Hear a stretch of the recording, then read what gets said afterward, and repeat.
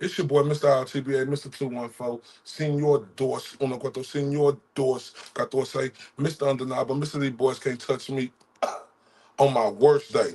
You understand me? And tonight, this is TSB Unscripted. Do you understand me? It's me by myself. Shout out to my dog, JJ Solomon. He couldn't make it on tonight because he got big things popping and little things stop. You understand me? Shout out to him. Shout out to his beautiful family out there. A big salute to his big son and JT. He getting them ready to go to the University of Texas, and we sending our love from the Bradshaw family to yours and everybody. Y'all make sure y'all send y'all love to JJ too and his son JT. But tonight, do you understand me? It's on, y'all. We got a good one, right? You understand me? Y'all gotta know that. Y'all gotta know that. See what we got for y'all tonight, right? Like we got one of the new sensations, right? And coaches to hit the market, right? And without further ado, let's bring him on. Brian, the assassin, Norman Sr. He's in the building, ladies and gentlemen. What's What's popping, up? coach? What's going on, man? What's going on, man? Oh man, we glad that you able to come on tonight. But coach, first, before we get started, you in my neck of the woods, right? Can you tell everybody where you at tonight? I'm in San Antonio, man. San Antonio. And shout out to that because see you down there in San Antonio with my guy Adrian Clark with Fighters First. He's one of the most, if not the most influential person when it comes to pushing the sport of boxing in my city in Dallas, Texas, and now him pushing Fighters First movement all over the world. Can you tell me what y'all got going on there while you in San Antonio? Fighters First Management got a showcase. It's actually Desert Martinez. Desert Martinez Promotions. They having a show and they showcasing some of Fighters First management fighters. We got Justin Figueroa as the main event. We got Justin Goodson and a couple of other fighters here. Um, so just keep alive fights for these guys. You know what I'm saying? You showcase them, and give San Antonio a good show. So, Coach, I mean, it's the $1 million question. How you feeling right now, knowing you, your team, y'all got this big fight coming up with Brian Norman Jr. defending his belt against Devin Haney. And I feel wonderful, man. I feel wonderful. I'm sleeping now. B just called me a little while ago. I forgot he called me. You about woke me up. You know what I'm saying? But it's all good. But anyway, though, yeah, nah, I feel great, man. I feel great. So, tell me, Coach, do you feel the pressure yet? No, nah, no, no, I don't feel no pressure. The I don't reason feel. why I say that, Go ahead. the reason why I say that because it's such a cliche uh, for fighters and trainers around the world to say, that they don't feel the pressure. And you know me, I got to keep it real. And then one thing I want to say is this is one of the questions my dog JJ Solomon had for you tonight, right? Before I get into what I'm saying. He said, does it still bother you that Corey, aka me, Mr. LTBA, picked Hackett to beat the assassin? Mm, no. Now that didn't even bother me then. I So and just that's the thing, I just thought and that's why I respect you, Coach. Right? Because even with that, you keep that same energy. You don't take nothing personal, right? And then these are the type of people I like to interview because you're gonna be a straight shooter and you're not gonna take it personal because just because a guy picked against you. Now leading into my question, I had to get that out first because we talk about pressure, Coach, right? And it's a cliche for me for coaches and fighters to say it ain't no pressure, right? When you look at both fighters on this side, Brian Norman Jr. going into the biggest fight he ever been in, Devin Haney. He been there before, but he's looking for redemption to stamp his name again. So when you say it ain't no pressure, coach, I think that's a cliche. What's your thoughts on that? well, I mean, you can say what you want to say. I think sometimes you might be right, but all I know is that Everybody knows I tell it like it is, and I tell it like I feel. I ain't never had a problem with telling how I feel. And I'm just telling you, in this particular situation, I know what we're dealing with. I know what we got going on, and I know what I have, and I know what they have. And I was just talking to somebody else and showing them, I'm like, I just don't see it. So I know I don't feel the pressure. I mean, granted, Brian Norman Jr. is the one that got to go in there and perform. But again, I know what I have. He's been tested before. This is nothing different. This is not. I'm fine. I'm just fine. I'm good. And, and that's what I like to hear, though, Coach. That's especially what we like to hear: open, honest, and candid answers, right? And leading into that, right? That's why I say I like you, Coach, because even though I picked against you, you know I'm gonna ask you the right questions, and if I don't feel, like something gonna happen, I say it. But you know I got Brian Norman Jr. as the favorite in this fight to beat Devin Haney. I'm picking him as the winner, right? And that's just clear cut, no debate, and everybody know that, right? I'm But my all thing, I want to ask you. pick red hat because I need you to pick the other way. Because coach, you was out for so long. It's a difference. But look, you proved me wrong. It's a difference, see, because when I look at Brian Norman Jr., he is a reflection of what you is, and you done got him much better, right? So it's a difference now. This guy he didn't go off for 8 years or, have problems, that we knew Four- about. 14 years. 14 years. Yeah, 14 years. Think about that, coach. Like, I got you. come on, man. You I was just, comfortable. I'm sorry. I apologize, coach. I got to give you hell every chance I get, man. That's all. I deserve it because I'm gonna be honest with you, right? But now I got to be honest with you again, right? Because I'm picking Brian Norman Jr. to win this fight, right? But Yeah. coach, as I look around, as I scroll up my articles, right? Representing the Spit Bucket podcast, right? As I do that, I'm seeing a lot of people starting to say Devin Haney. It went from, like people saying, oh, Brian Norman Jr., but now it seems like a lot of people is picking Devin Haney to win. I know you don't care about that because you know what you got, but have you seen what I seen, how everybody's starting to have this belief that Haney is going to beat Norman Jr.? No, it started like that before when it first initially came out. I think the majority said Brian Norman Jr., but then it quickly changed over. People are followers. People are followers. They can't help but follow. They can't help but follow the masses. So when somebody around them says things, no matter whether it's wrong, right, no matter what I mean, that's what they're gonna do. So that's just so when you hear the echo, that's how it is. It's called we live. The word is an echo chamber. So when one says it, 15 more gonna say it. So no, I'm not worried about it. Just because they're saying it don't mean nothing to me. But I'm not sure if it just started to change immediately, but over the last couple of weeks, I have seen the change to where it's not, it's just a lot of people now starting to say Haney. But like you said, November, they the two who got to get in the ring and settle. It's just to me, it seems like it's a roar coming in for Devin Haney right now to win this fight. They're speaking about his experience in being in big fights. They're speaking about he's coming in here to make a statement, right? And they looking at Brian Norman Jr. to be that guy who everybody looking at the top echelon to do it. That's what they saying, coach. Yeah, no, man. I'm glad they're saying all of that. It ain't no fun if everybody think you're gonna win. You gotta have some naysayers. You gotta have some doubters. I need some more doubters. I need more doubters even after this. I need some more telling us how not elite. I need all of that. That's what feeds to fuel our fire. So I mean, no, I don't take no disrespect to it. I don't have no problem with it. I think they crazy, just like I thought you was crazy, but that's just my way of thinking. You know what I'm saying? Gonna show them. Yeah, no, and I get it though, right? Because Brian Norman Jr. He's the new sensation, and he's been in the ring, proving it every single time. So I get where it comes from, where you say naysayers, but you do understand it's this type of moment where you shut the naysayers up, correct?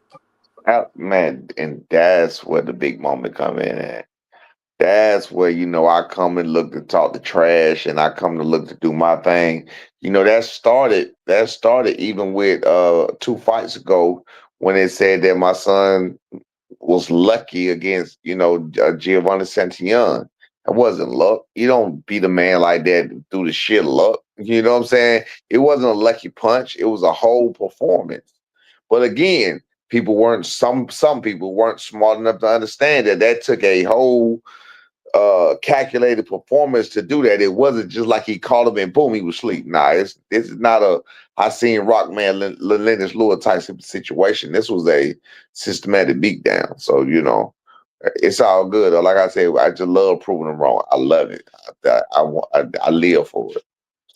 And that's good. To for motivation for you and the team, right?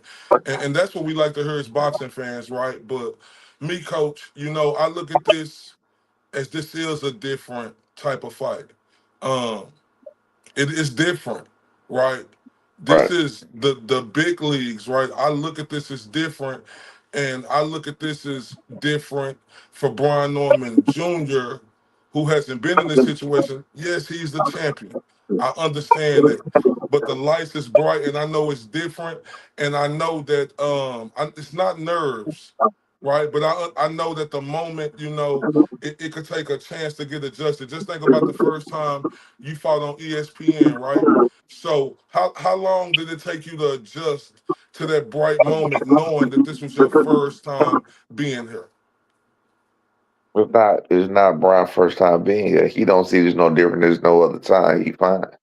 He's been on TV. He's been, in front of people like he's fine. This is not some type of mega scene for him. He's fine.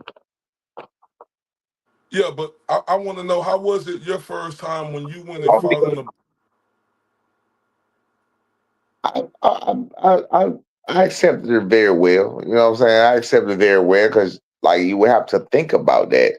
And who wants to make a big deal out of that? You just don't make that a big deal.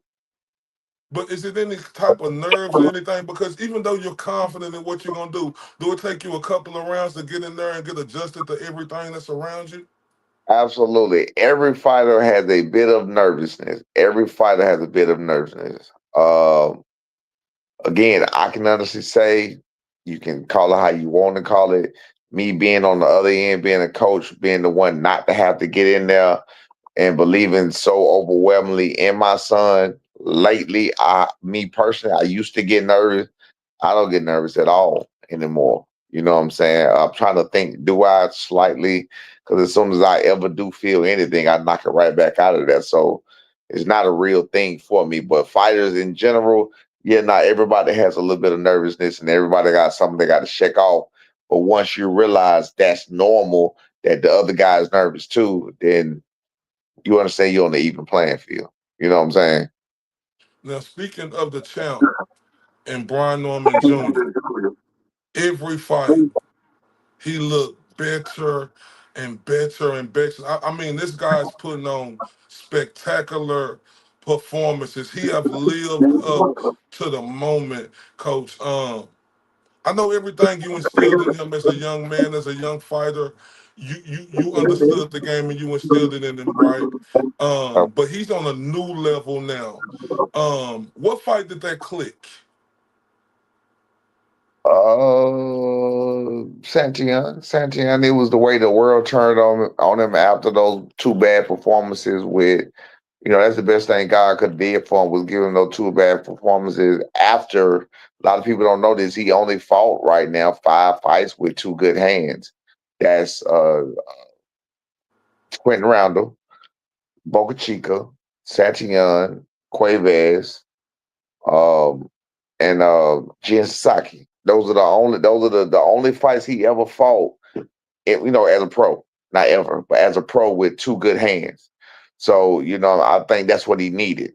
He needed all of that. He was over anxious with the first time and smothering himself and doing everything wrong and, anxious to show the world, because he was doing good with one hand. So he figured, hey, one hand or the other because it was vice versa. So he was like, hey, I need to go out here. I finally get to go out here and show this and show that. So, finally in that Santillon fight, he was able to just be himself, and it didn't matter what the world thought. Like they don't like him or not like him anyway. They turned on him, and I mean, it really just like I said, pressure gonna do one or two things. It's gonna destroy you, bust your pipe, or it's gonna create a diamond. And thank God for me, in this case, he created a diamond.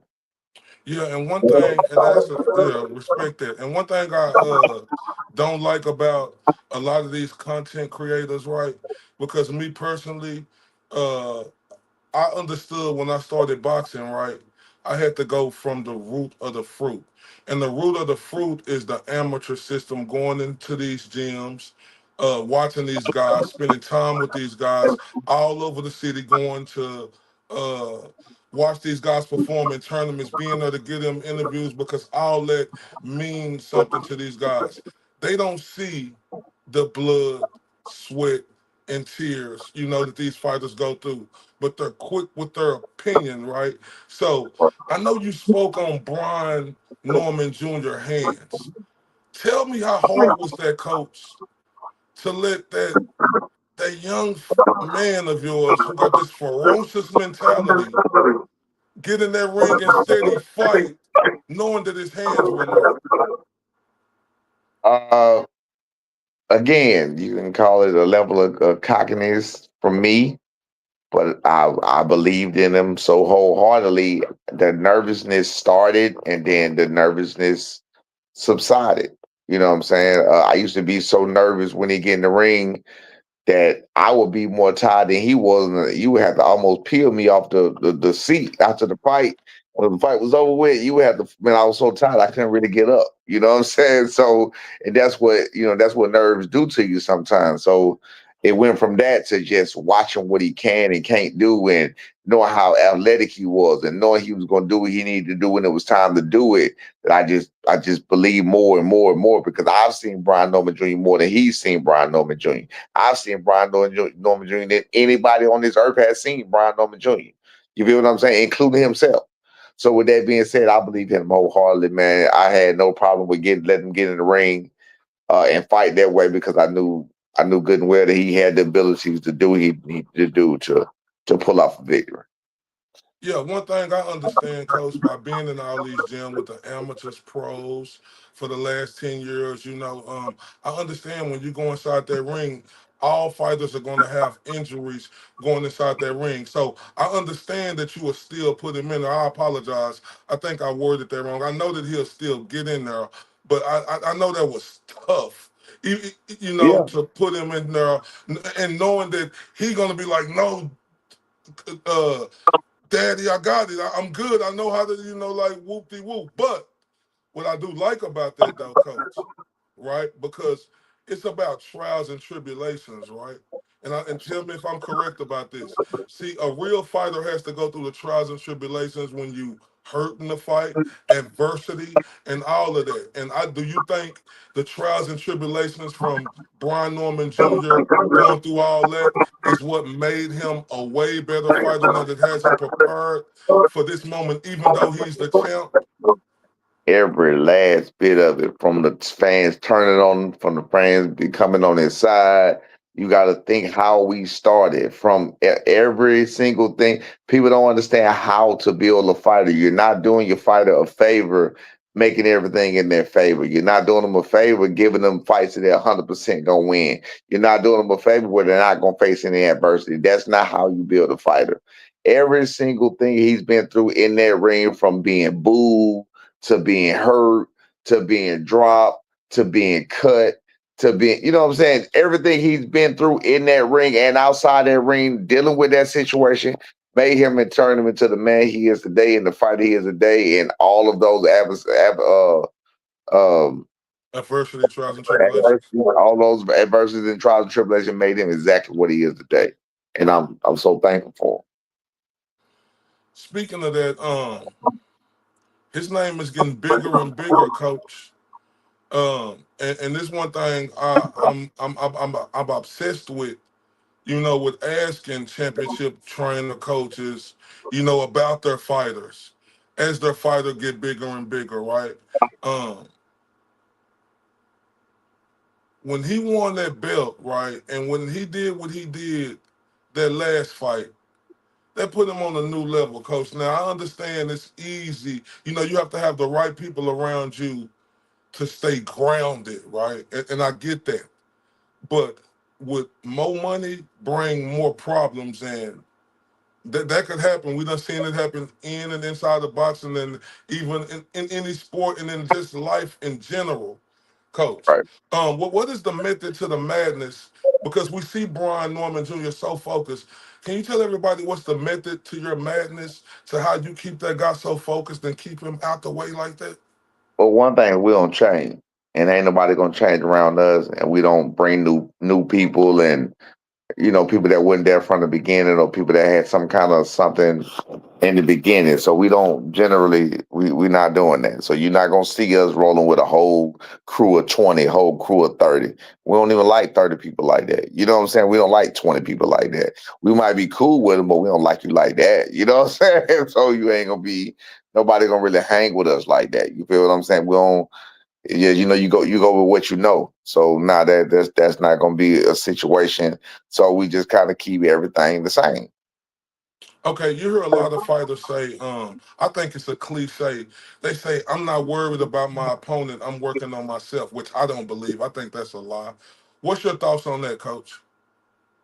I think it's true.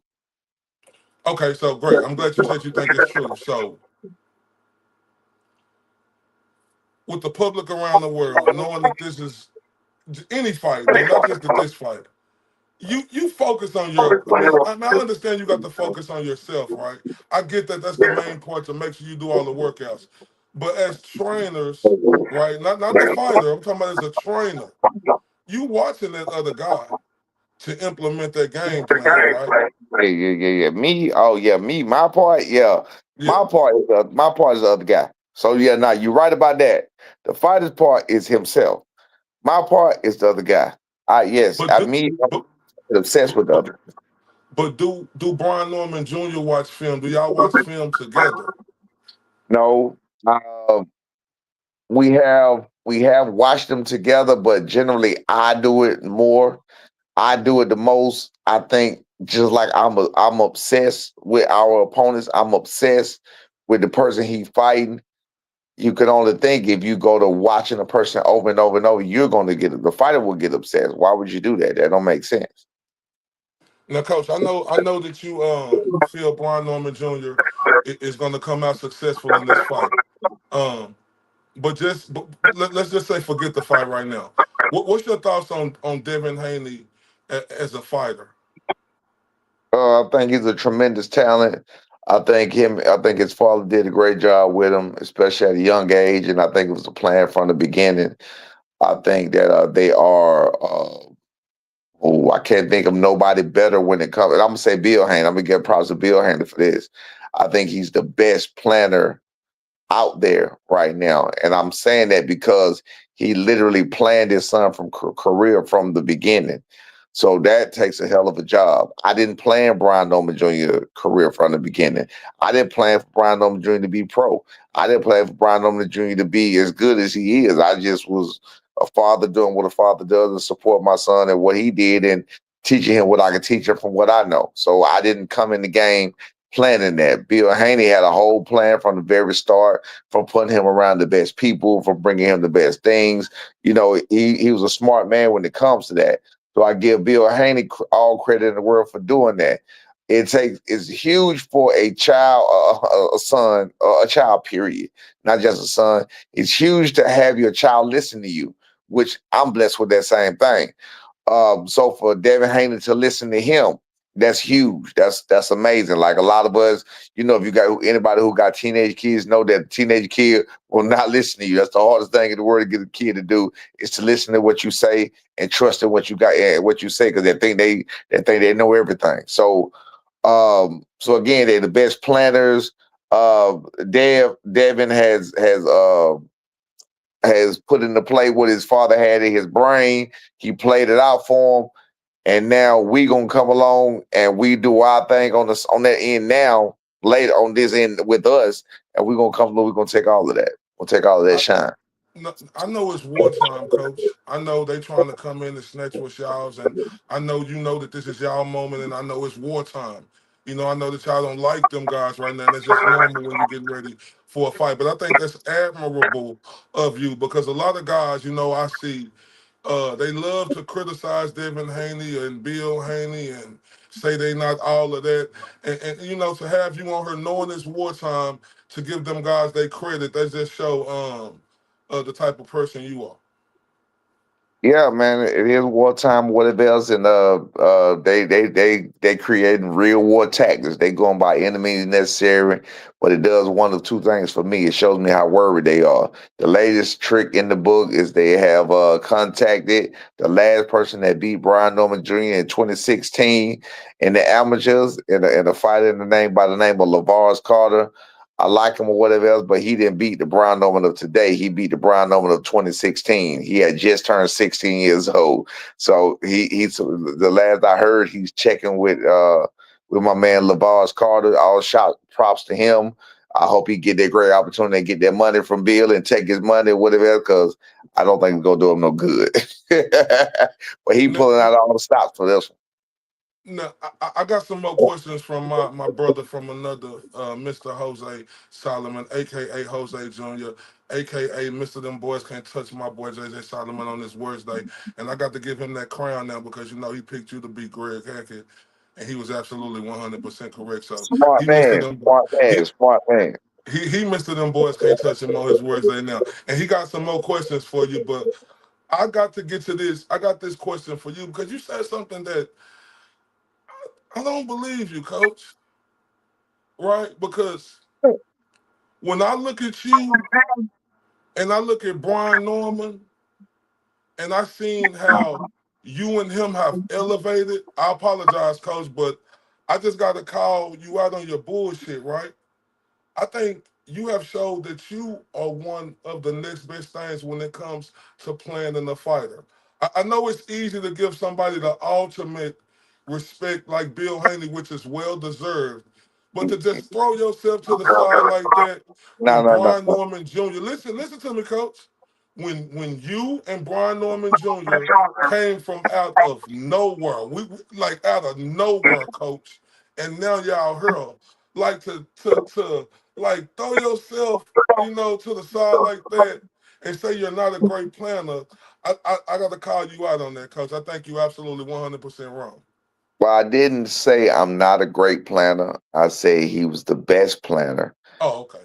What I mean by the best planner is he planned this from the very beginning. Just imagine coming up, having a child. This is what I'm gonna do with my child. I'm gonna do this, and put it all together and make it come to fruition. What we are, what we are is organic. We are natural. We did it naturally. Naturally is always better than artificial. You understand? So I didn't say that they were better than us because they did that. They just happened to be the best planner, meaning they thought about it, or Bill, thought about it, putting things, what I'm saying? It's like being an architect of it. That's what Bill did. You feel what I'm saying? But our architect is God. So God architected and what I'm saying, not to say he didn't do it to their career too, because you do need a little bit of luck and a little bit of, what I'm saying, everything else for it to go your way. So ours came organically. But we did do that. We didn't plan for, this, that from the very start. It was always a dream. You understand? So I mean, we did do it. We did do it organically or whatever else. But I do appreciate that. And I mean, I'm a great planner now when it comes to Well, the no, but fight. see, let me stop, cause see, the reason why I say that, right, is because you 100% correct in what you said about Bill Haney. I'm not disagreeing with you, Right. but this is where I think I got to give you the edge, right?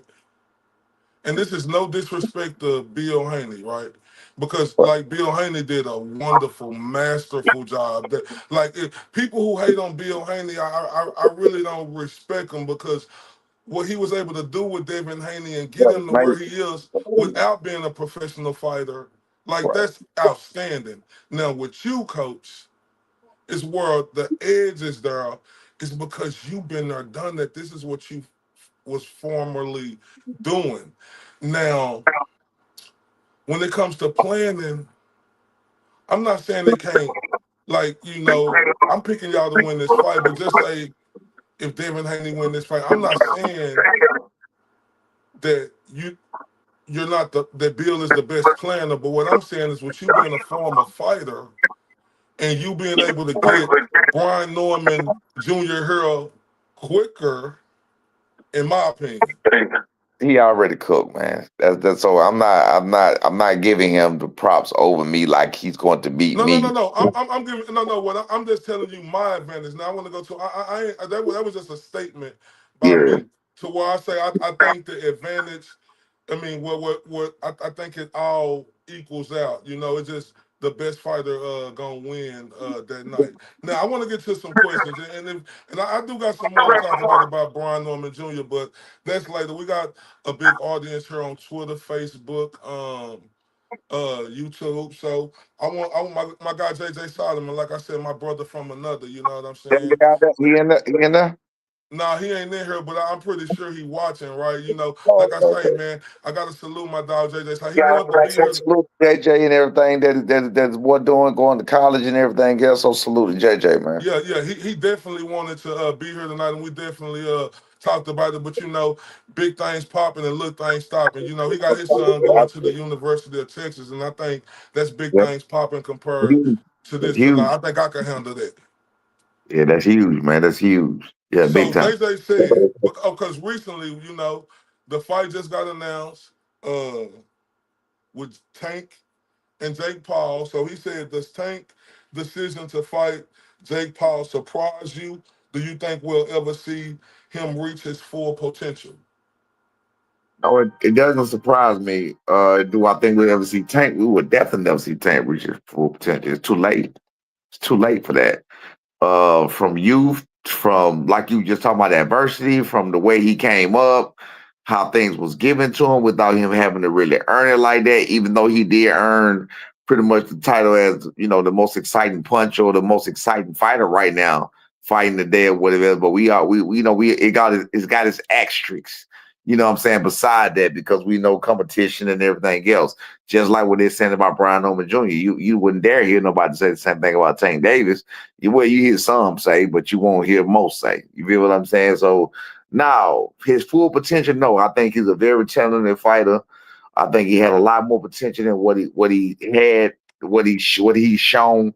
But I think that's dead now due to the things that transition in his career and life. Coach, And life. and leading off that, because JJ do have some more questions, but leading off that, like, why is everybody mad at Tank for taking this fight? In my opinion, I think anybody would take this fight. Yeah, they would. Anybody would take this fight. Anybody would take this fight. B. Norman Jr. said he wouldn't take it either. I was like, "You full of shit. You saying that why? Why they offering out on the table?" But when that money become real like that, I think anybody will take the fight. I think the fans are just upset that he keeps letting them down, and how sometimes the fans keep defending him, and his supporters keep defending him and saying, "No, it's this, and he gonna do this, and he gonna do that." And they just want him to be something that he's not. You know what I'm saying? I mean, he already told y'all he wasn't really interested in boxing like that. That was your thought to become such a major fan. But you gotta be a major fan. If you're gonna be a major fan of that fighter, be a major fan of that fighter and whatever he does. If you're gonna be a major fan of the sport, be a major fan of the sport and the person that's trying to do best in this sport. That's the problem with man fanery. You know what I'm saying? And I'm not saying that to be bad. I'm saying that to be true. If you're going to be a fan of boxing and you think he's the best in boxing, and he's not telling you he has nothing, you know what I'm saying, no ambition to be the best in boxing or show you he the best in boxing, and he done showed you that. Believe him. Believe what he's saying to you. Believe what he's showing you. And coach, my thing is, like you say, everybody would take this money fight. And I get the criticism of Tank. I'm not on here to defend Tank and the fights that could have been made happen. But when you got a fight like this, that's just a no-brainer to me. Now, let me get to my next question from my dog JJ Solomon. He say, is Terrence Crawford an all-time top 10 great with a victory over Canelo? Absolutely. Absolutely.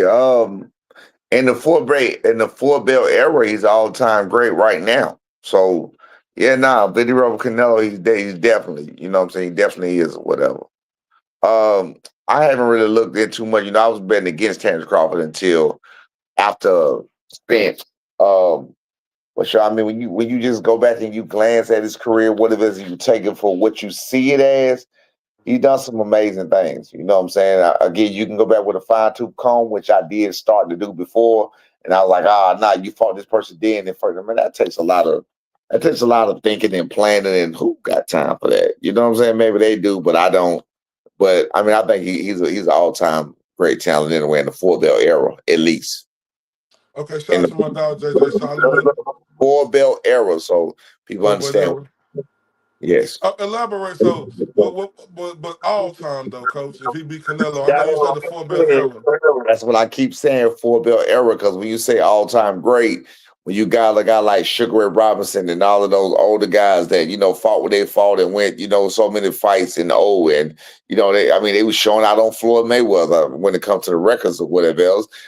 They the ones that, Sugar Ray Robinson, a lot of people don't know this, that's where Muhammad Ali came from. He mimicked Sugar Ray Robinson. Sugar Ray Leonard, of course, mimic them. That's why he called himself Sugar Ray. You know what I'm saying? And he took it to another level. But without those guys being as great as they were, you wouldn't have some of these newer guys at all. That they had to have something to go on, and they took that and they just elevated it to another level. So that's why I'm saying with Terrence Crawford in the four belt era, in the era that we know in modern history, Terrence Crawford is definitely one of the best I in agree. modern history. Yes. I agree 100%. Another question from my dog JJ Solomon, aka Jose Jr. He say, will the boxing public give Canelo credit for beating Terrence Bud Crawford? At this point, I think they will. Initially, no, I don't think they would. At this point, I think you know what? You know what? Nope, nope, nope. Let me change that. Let me change that. I think it depends on how Crawford look. Just like with Spence, a lot of people not giving a lot of people who pick Spence, me one being one of them, did not give him credit, the full credit for Spence because of the car wreck, because of the surgeries, because of this and that. But they leaving out the fact I didn't do that to him because they're leaving out the fact that he it's not like it just happened. That had already happened. He had already fought since then, and he was already who he was going into that fight. It's not like he had just had the car wreck. He didn't just have the surgery. You know what I'm saying? So with that being said, I don't really like when people do that. And again, Yeah, I me was either. I was Me either. picking yeah, I was Yeah, picking Spence. Be who you gonna be. Pick who you gonna pick. yeah, That's it. yeah. And you got to stand on that. Me being from Dallas, Texas, right? Yeah. You hear me?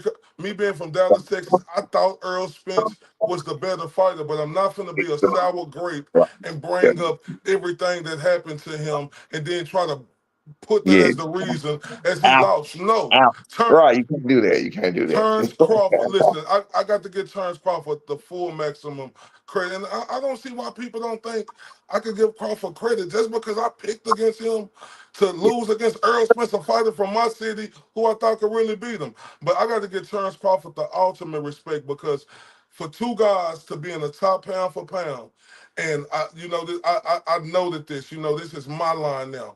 He gave Earl Spence a religious ass whipping. Arrow was my guy too. Arrow was my guy. I was rooting for Arrow big time, and I would have bet. Man, they could have took my whole house. I would have bet anything on that fight. I would. If anybody would have bet me, they would have took it from me. But they wouldn't bet me. So I thank God they was a little timid or whatever because I bet everybody that would bet me. But you do think, because listen, this is what, and I'm glad my dog JJ Solomon asked you that question, right?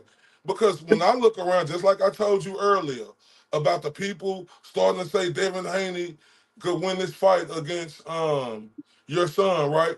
Everybody, you see the roar coming out to where everybody is saying Crawford is gonna win this fight. So if they believe that, do you truly believe that they will give Canelo credit if he win, Coach? I think that's what I was about to say. I think it's going to depend on how Crawford looks that night. That's what it's going to depend on. It's going to depend on is Crawford being Crawford. Is Crawford looking stale? Is he looking like himself? That's what it's going to all depend on. That's And what. speaking of that, and look, Earl Spence from Dallas, and we hope he come back, because Earl Spence was the guy who brought the city back to life here in the city, and we want Earl Spence to come back. They do. Yeah. I was one of the first ones, just really highly publicating Earl Spence, and getting the interviews, being in the gym with him all the time. So let me ask you, Coach. Um, do you think Earl Spence coming back to boxing, in your honest opinion? I don't think he gonna come back and make a. I'm being realistic. I think with the damage that he took, not from the Bud fight, but from the Rex and the eye injuries or whatever else, which I'm not. Still giving Bud full credit, but I think with the stuff that he took from that, and now the mental, uh, I'm beating. I'm what I'm calling the mental beating that he had to take from this. I mean, this is major. I think that he'll probably do like maybe one more fight, one more big fight. If he comes back and he's very successful, he might do it. That's what it's going to depend on. He definitely going to come back. He's going to come back and do at least one more, definitely. And I think Let's hope. what he looks like then and how he feels then, that's what's going to make all the difference in the world. And I'm glad you said that, because I did skip over this question when we were talking about Tank Davis, right? When I said I'm not mad at Tank for taking these fights, all the people who side went butt hurt, any fighter or any coach, I'll do the same thing, right? Um, can you tell all the boxing fans, who got their tail between they, you know, that this is called prize fighting? And the reason why I say that, coach, is they tell a fighter to do this and do that, but then they'll forget about the fighter. Like, fighters are unknown. You don't hear about these. This is prize fighting, right, coach? All right. Yeah. So, and that's what's got the. I'm not saying I don't want to see these fighters out here fight the best. Yeah, I do, right? But I understand this prize fighting as well, Yeah. because Yeah. these guys can't think about us as fans, right? We just fans. We the media. Yeah, they Yeah. got to think about their family, who they got to take care of for the rest of their life. So the people who criticizing Tank Davis, when this dude probably gonna get between 20 and 50 million to take this fight against Jake Paul, they need to stop, because I promise, in my future voice, they'll do the same damn thing. Yeah, they definitely do the same thing. And people just talking, man. You know how it is. It's easier said than done, man. It's easier Yeah. said.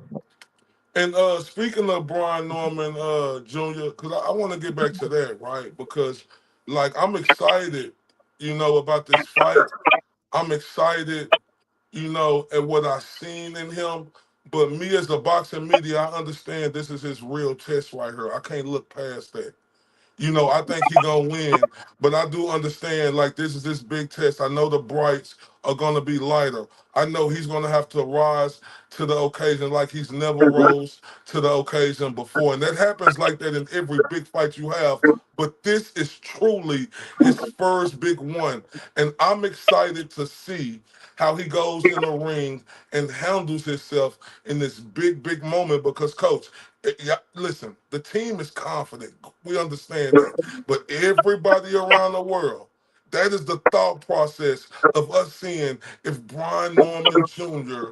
is going to be able to come in here and show us he is who y'all said he was. Absolutely, absolutely, man. I'm excited. Time is coming on by fast. I think right now we almost down to 2 months now. That's crazy. We are down to 2 months. Nope, 3 months. 3 months. 3 months. 3 months. Coach, I'm sure. how's the testing been? Have he been tested again? 3 months. Damn, I thought it was 2 months. Man, I got happy. we Have he been down to tested again, coach? I said we down to 3 months. I was hoping we was down to 2 months. We down to 3 months. It was four, but now we down to 3 months. But what were you saying, dog? Have we know he got tested when he was on vacation. You got Has he tested. got I got tested 3 times. 3 times? So let You me got ask you this, coach. Let me ask you this. Real talk. Oh, look, because this is something that I probably don't. I don't have the knowledge in, so I want to ask you. Do y'all know how many times each fighters are getting tested? we asked about it. They told us that they get it tested the same amount of time. I don't believe it, but it don't even matter. No, It no, don't no, matter. no. No, no, no. So you telling me that they tell y'all that, but they don't show y'all the actual proof, or y'all don't get to see that after the fight? How many times each Right. fighter has been tested? I didn't go in depth into that because again, like I just told you, it don't really matter. Is that I've been telling people the drug test is not a big deal. It was never a big deal. It was nothing to talk about. You know what I'm saying? So But 3 times with 3 months away, man, is that normal? that's called man. That's called nervousness. It No, don't but matter. is that normal though? I don't know. I've never dealt with Vada. I'm never dealt with Vada. This is my first time ever dealing with Vada, having anything to do with Vada, having known anybody signed up personally with Vada. I don't know, but he's been tested 3 times, and he probably should be working on the floor because that the 3 times came real quick, quick, quick. They came back to back to back. So, but again, it don't matter. It don't matter what they want to do. It don't matter what they want to say. It don't matter.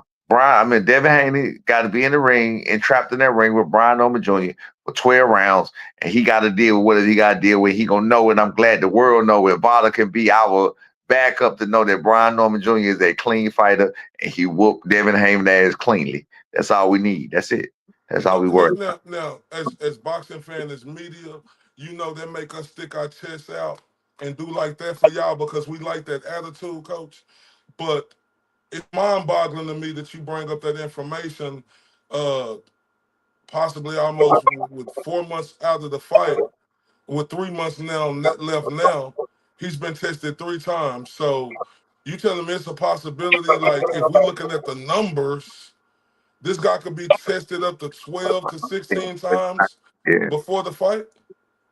I get that's what they want to do. It is what it is. But again, we ain't worried about that, man. It ain't that's not a big deal. If they want to worry about it, if he's scared, he got PTSD, he can have ABBB, ADHD, he can have all of them. I don't care what he got. You know what I'm saying? He gonna have an ass whooping that night. That's what he gonna have.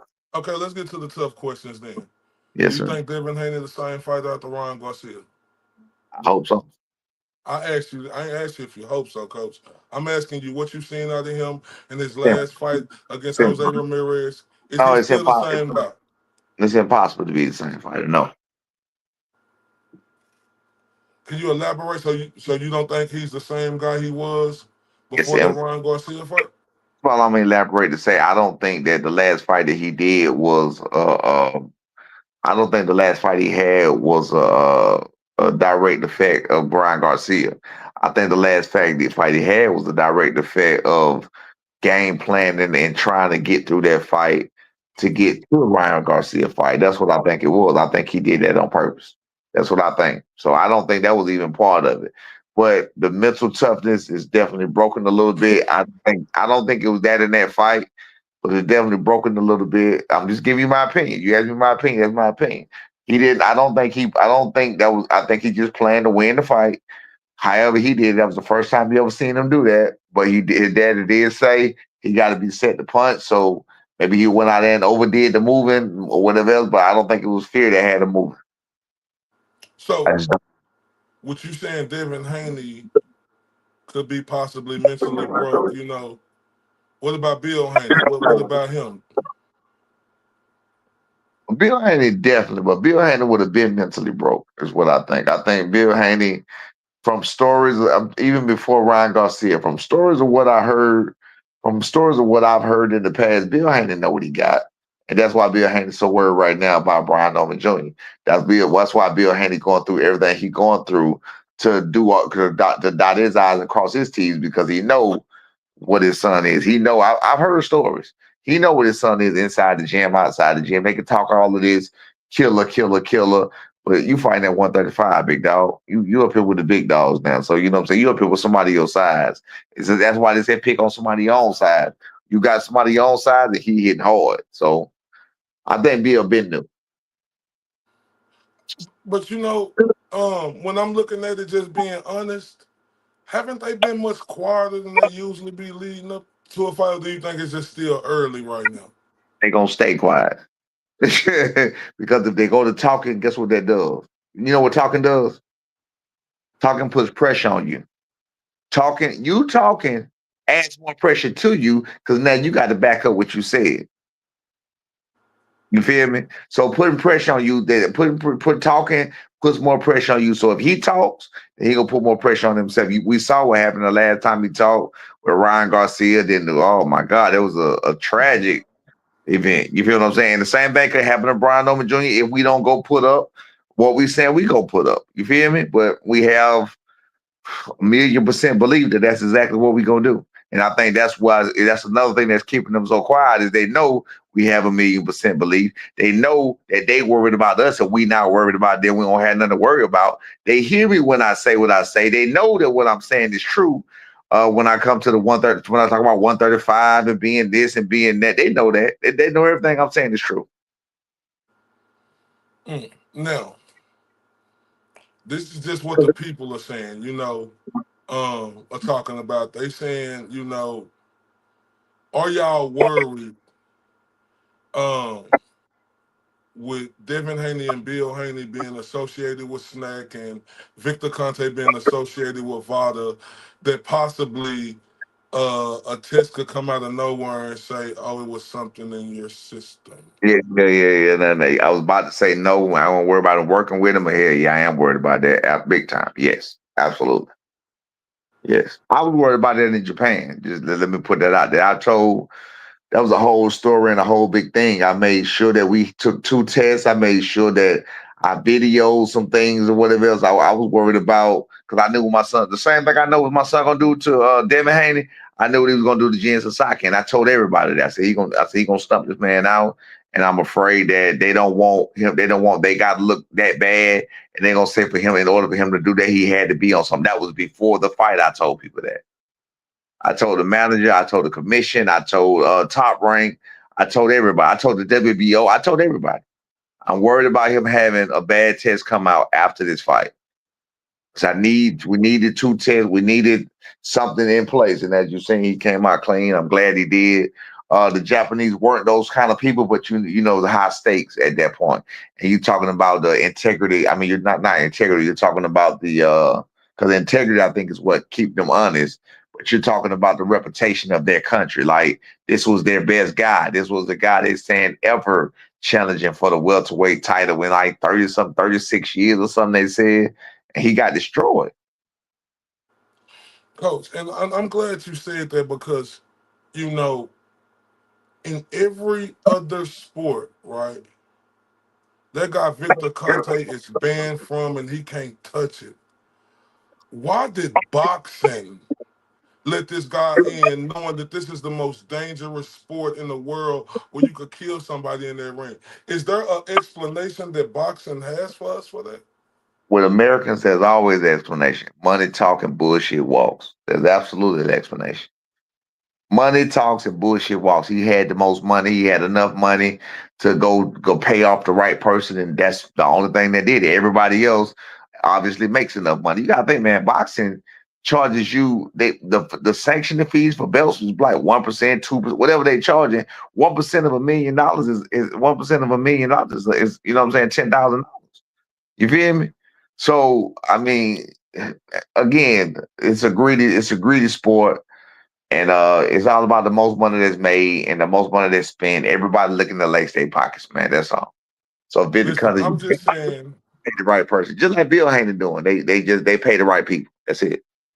in my opinion, I can't put that jacket on nobody back, right? But it's very suspicious, right? I'm gonna use that word because it is to me. Because I can't say this about Victor Conte. He is a convicted felon, right? He is a guy who has never had an athlete test positive. The only way he got caught is because people start testifying against him. And I am uh, befuddled by this, right?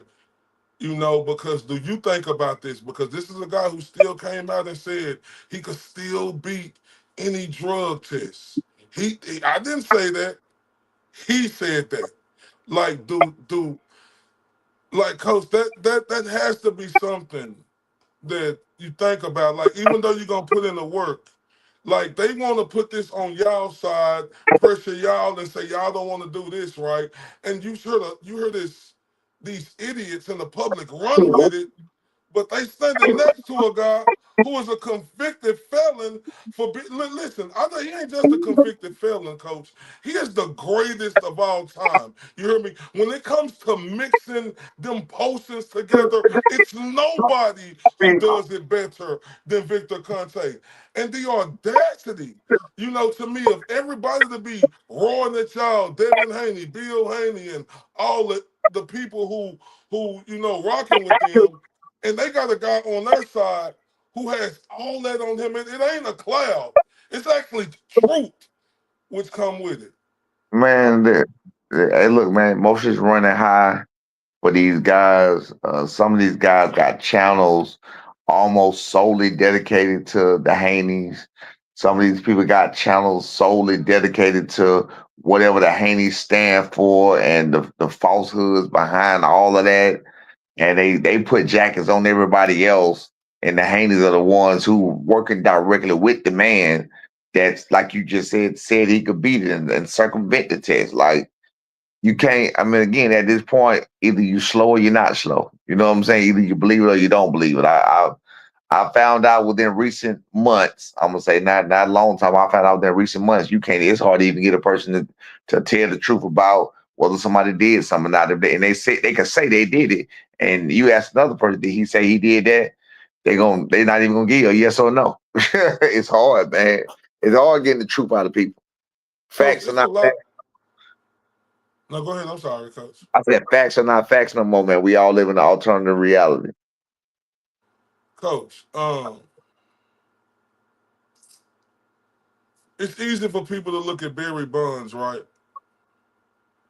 And the Hall of Fame not recognize him when he's never tested positive for a thing. It's just a speculation there. And I get it. The cloud's over there, right? But But is it weird to you when you see all these top fighters go work with that guy? Is that weird to you? Because it's my not. thing is, people don't understand. Money is the root of all evil, right? And to me, it's weird to me. I'm not putting no jacket on their back. I'm not doing that. But to me, why would a lot of these top fighters want to go work with that guy? Like, why would you want to do? Is that weird to you, Coach? I mean, I think with Terrence Crawford, I like Terrence Crawford or whatever, so I'm not really trying to shit on him, but I do think it is kind of suspect for these guys to go work with a guy like that or whatever else. But again, that's the only fight I can think of right now. You know what I'm saying? That I would want to say. Shakur Stevenson is with him. I think Clarissa Shields is with him now. I mean, It's a lot of fighters with him, but I'm just naming top. Devin Haney is with him. You yeah, know, but that's what I'm saying. That's what I was about to say. That again, you got to think we're all. I mean, people are 9 times 10 sheep. That's why when they hear something, that's why you hear the Devin Haney echoes or either even if it's a Brian Norman echo. Is that's why people they just want to be part of a group. You know what I'm saying? So if they're part of a group and your guy, like if Shakur Stevenson rock with Terrence Crawford and Terrence Crawford doing the course, and he tell them how great and beneficial it is, and the people not gonna like you anyway, then say either they don't like you, or they're not gonna like you. I mean, it is what it is, man. All I know is on Brian Norman Jr. end, we ain't got to do all that. We authentic over here. We ain't got to yeah. do But all that. the reason why it's so troubling to me is because they made it the story that Brian Norman Jr. won't take the drug test. They made that a big story. They magnified it. I'm talking about from where I'm at in the 214 to where you at right now in the 210 to across the play. They magnified that. But when we talk about Victor Conte and these people who associate that with them, you know what they want to do, Coach? They want to look the other way. Yeah, hey, guess what? Again, that's where they messed up at. They found the right one. They got the right one. That's it. And that's why Bill shut right on up. Once we did it, what we were supposed to do, showed he was clean. Probably didn't believe he was clean, and they showed when he saw he was clean, showed it wasn't on nothing, told him what he was on, told him it's never. And I've been putting videos out. Man, my son been sleeping people since 14, 15 years old. I got videos out there to some of these content creators, some of these people. Well, I show because I don't post it or nothing like that. But and I'm sure I make sure I send it to some people that I know Bill will get it from. So he know it's all generic. He know it's all organic. He know. and he afraid because B been doing it. He been Now, sleep. I'm talking about sleep. He been doing that since he was 15 years old minimum. 15. Been now, sleeping. now, Coach, I know y'all gonna stay focused, and I know both sides gonna stay focused, right? I know that, but with all that going on, that came y'all way that was unnecessary. How personal is this fight for you now, Coach? Uh, I know it's personal because you want him to stay champion, but how personal is it? Like from in my opinion, the shenanigans Bill Haney and Devin Haney did, they pulled with y'all with the guy who they're associated with, and it turned into an uproar where it gave you and Brian Norman Jr. negative attention. Tell me how personal this is for you guys right now. I know you're gonna stay focused, and I know Brian Norman Jr. gonna do the right things. I know he gonna do the right thing. But tell me how personal is it right now, Coach? Very personal, man. Very personal. I don't like how they shitting on our name. I don't like how you coming back, how they come back with all that noise. I gotta show you something. Hold on a sec. But yeah, it's very personal, man. But again, we gonna make it right. I'm gonna show you. I gotta show you this on here. Hold on. Trying to find it. Come on, man. Nah, because I feel like it was really unnecessary. I got, I gotta show you something. Uh, I want to see can you see it up. Because I want to show you his face too. You see this right here? Let me see something real quick. Let Can me you put see you it? as a solo. There you go. Can you see it? Yeah. So you see that B standing up there to the left in the burgundy shirt, right? Yep. All right, you see the guy slumped over? Yeah. So wait, this guy that slumped over, he like 25 years old, right? But here go the funny part.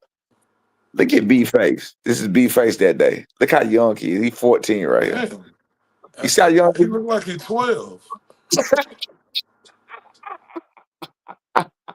That's B. This is a grown man, bro.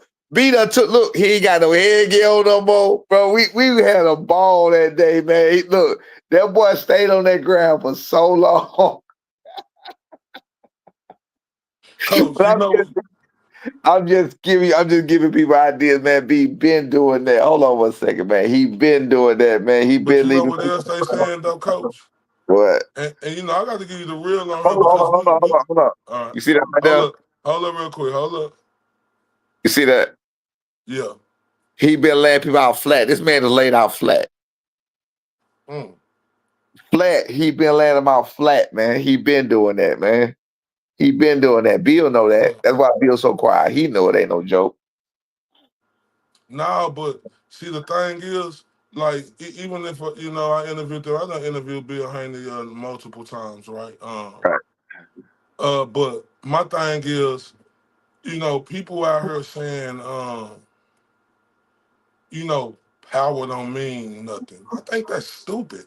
I understand. It's so freaking stupid. Like, I understand that you have to have other attributes, but what do you think about these people out here saying that Brian Norman power doesn't mean anything when he's gonna go in there and face Devin Haney? It means it's because emotions are running high and they want Devin Haney to be such a magician and such an athlete and such a special. You know what I was talking about this today. It's an elite club. Here we go. Here we go. Now we're going to get to the grid of it. It's an elite club that they got out there. Again, I like some of these fighters or whatever else. And I don't have no problem with some of these fighters, but I'm gonna give you some of the names in this so-called elite club. You got a Teofimo, you got a Devin Haney, you got a Ryan Garcia who's never won the title. I'm gonna You put you got on a solo layout, coach, so they can see you. Go Shrek. ahead, keep going. Yeah, you got a Teofimo, you got a Devin Haney, you got a Shakur Stevenson, you got a Richardson Hitchison, you got a Jerron Ennis, you got a Virgil, you got all of these people. They haven't necessarily done anything special in the game of boxing, but they have these namesakes that's rung bells through the amateurs and through people's stories, and they came out and say it's just they was mentioned for so long. So it's like an elite club that they're trying to close the doors on and gatekeep. That's what it is. If you go back and you listen to all of those people I just named, you listen to any of them and listen to an interview of any of those people and listen when they ask them who they think will win between Devin Haney, they're gonna tell you about this masterful boxer and they think Devin Haney. They think the reason they're saying it is because they're trying to gatekeep this so-called elite club. Brian Norman Jr. is a killer and he is at dope. He got a bat in his hand and he knocking down all the walls around this so-called elite club. And we're gonna let y'all know these levels that y'all so-called on, they mean nothing. You understand? The levels mean nothing by definition. They mean nothing by proof. They mean absolutely nothing. Bakram, the most feared man in boxing today, Mm. was literally unknown last. He's the most feared man in boxing. There's nobody else in boxing being ducked more than Bakram right now, and he beat a Tim Zoo. Let me He ask is, you a question. yeah. When did Brian Norman start fighting, Coach? 7 years. When he started training at 7, he started fighting at 8. That's when you can fight. Oh, so that's when he started competing. Yes, 80 years old, 8 years old. Yeah, Okay, so with you being a connoisseur in boxing, right? Because right. you actually lived it, right? Yes, sir. When you look at your son, I mean, obviously, people say they fighters got their own style, but I don't. I think that'd be a lot too. Yeah, they have something they do, but who do you think necessarily Brian Norman Jr. Reminds you of? Anybody who you? The same thing today. I was actually the exact same thing today. I don't have nobody right now. I just don't. Brian Norman is Brian Norman today. He could change up. He like a comedian. He could change up when it's time to change up. He gonna make the adjustments when it's time to make the adjustments, and that's what we're gonna keep doing. So his style don't remind me of anybody right now. At Okay, first, it came out he was more of a Marvin Hagler, more of a Joe Frazier type, more of a Miguel Cotto with your hands up and trying to be technical and trying to be, you know what I'm saying? Certain things that's how I had him doing it, but now he done advanced that and he done went to another level with it. So I think Brian Norman is Brian Norman. So he's not even looking to look like nobody else. so I spoke on it being personal, right, Right. Coach? This Yeah. what everybody want to know. Is Brian Norman Jr. knocking out Devin Haney? Devin Haney is indeed going to sleep. There is no way. Listen to me. If I pull up my YouTube and I pull up every single video you're gonna see him gonna have it's gonna say been seen already. I done looked at every single thing I could possibly look at. I'm gonna keep looking at everything I could possibly look at. And then I had to go to sleep. There's no way around that. There's nowhere where he ain't getting out of this. It's too much on the table. His fans are giving him so much credit for taking this fight and accepting this fight, me included. I give him all the props in the world and his father all the props in the world for accepting this fight and taking this fight. I give him all the props in the world for being a warrior, for being whatever they say he is. I give him all the props in the world for being the youngest undisputed. But we're gonna get that up off you. We're gonna get all of them accolades up off you when we're gonna put that on our back. All of it Hey, gonna not shout out that to my guy, the boxing voice. Yeah, we live. Next, shout out to my guy Nestor Gibbs, one of the best in the business doing it. Now, that's out Coach. there. That's out Yeah, there. yeah, he said is we live, and I'm just letting him know. Yeah, but look, Hey, Brian Norman. yeah, yeah, yeah. Ness, Now, where Bill at? Go find him, Bill. Go send him. Go send me something. See where Bill at, Ness. Go find him, Ness. but look, now, Coach. Now I got to give it to you real, Coach, right? Because it's a thing right here, and I'm not telling you that you ain't supposed to, because you supposed to, right? You Don't go supposed change it to. up because Ness gonna step his ass around here now. No, I'm saying you supposed to talk that talk and walk that walk, right? I mean, everybody get on Deontay Wilder for saying seek a believe it, achieve it. Seek a believe it, achieve it. But you got to have that type of confidence in you to know that you're gonna do that. But also, coach, you're doing a lot of talking, right? And that's just the truth. You talking and saying your son is gonna do this and do that, right? And deservingly so. You're supposed to have that confidence. Remember, I'm saying that. But coach, do you think? And that's exactly what Bill Haney did early in his career, talking about Devin Haney, right? And Devin Haney did what he did. I'm not. That's the difference. I'm not doing that. Devin Haney wasn't sleeping nobody. Devin Haney ain't slept nobody in 6 years. I'm not saying I'm telling you, my son is trying to be the best in the world. He's willing to put up or shut up. He's willing to fight anybody, just like Devin Haney. I keep listening to what I'm doing. I'm giving them all the credit and all the props for what they doing. But I just happen to have a better product that's going to show you that we ain't trying to go down to 135. We ain't trying to use our size against a man that's 5'3", 5'4", with 65-inch arm reach. We ain't trying to do all that. We trying to do it against somebody that's fair and square. You feel what I'm saying? That's what we trying to do. That's how we coming. Yeah, But but what so about this? we're not like Bill Haney and Devin Haney when it comes to that. Yeah, but you say that, but Devin Haney coming up and Brian Norman gonna be the extremely bigger fighter than Devin Haney. So that's just me been playing devil's advocate. Well, that's not going to be true because they the same exact height, they the same exact dimensions. It's the same. So be It's the known. same thing they say about Crawford versus Canelo, and I think Canelo gonna destroy Crawford, right? Uh, the same way I think Brian Norman Jr. gonna beat Devin Haney. That's just my honest opinion, right? Like, Oh, you I gonna see? mean, could I be? I was wrong about you. I could be wrong about Devin Haney, but I think Brian Norman Jr. gonna beat him, and I'm with you. And you know, this ain't me being unbiased, being biased because you're on the show, because I picked you to lose. I think Brian Norman Jr. gonna viciously get him up out of there, because I'm thinking of how personal they made it. You know, with everything they did leading up to getting this fight signed, I think that tipped the cap, because I ain't never seen your son, right? And I done watched a lot of his press conferences and him do that. I ain't never seen him look as aggravated like I did. Am I reaching with that, coach? Nah, he was laughing, man. He wasn't aggravated. What you talking about? I don't know what you No, say. He was, not aggravated. Like you could see a different switch. Like, am I reaching? I mean, you got a man in there trying to put his hands on him. I mean, B Norman Jr. gonna do what he gonna do one way or the other. We ain't look. Devin ain't going to sleep. I don't really know how many more ways I can tell you. I don't know how many more ways I can show it to you. I'm not Devin Haney. Bill Haney moving like he moving, and he hiding like he hiding, and going to try to get the person that beat Brian Norman Jr. the last time in 2016. He doing all, and he done something else. I'm gonna let B bust that out on the last press conference. But he Oh, oh, did. that guy who you was talking about earlier. That's one of Devin Haney's main sparring partners. No, no, no. I don't know if he accepted it or not, which he should have. I mean, to get that bread from him, I get that money up off him. But yeah, I know he reached out to him. Yes, Mm. it won't be no love loss if he did. You know what I'm saying? But he should get that money up off him. It ain't gonna help Devin Haney. Um, no, I mean, is it public who y'all brought in or not? No, no, no. I ain't trying to.